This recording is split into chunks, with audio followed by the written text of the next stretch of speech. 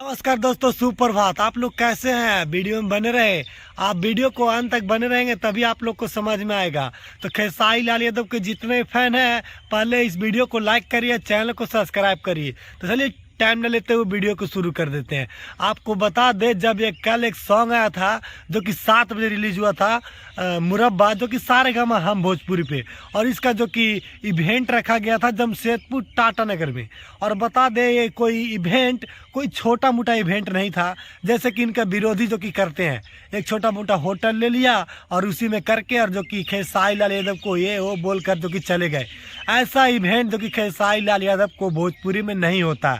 आप लोग को पता होगा, आप लोग गए होंगे तो वहाँ देखे होंगे किस तरह इवेंट था और किस तरह जो कि वहाँ का व्यवस्था था।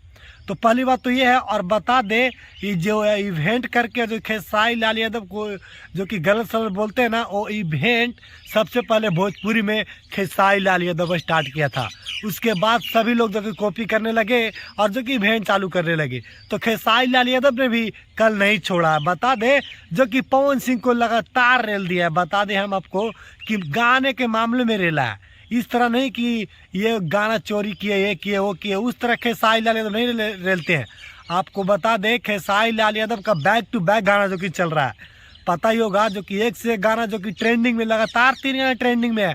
और फिर से जो कि मुरब्बा गाना जो कि ट्रेंडिंग में पहुंच चुका है।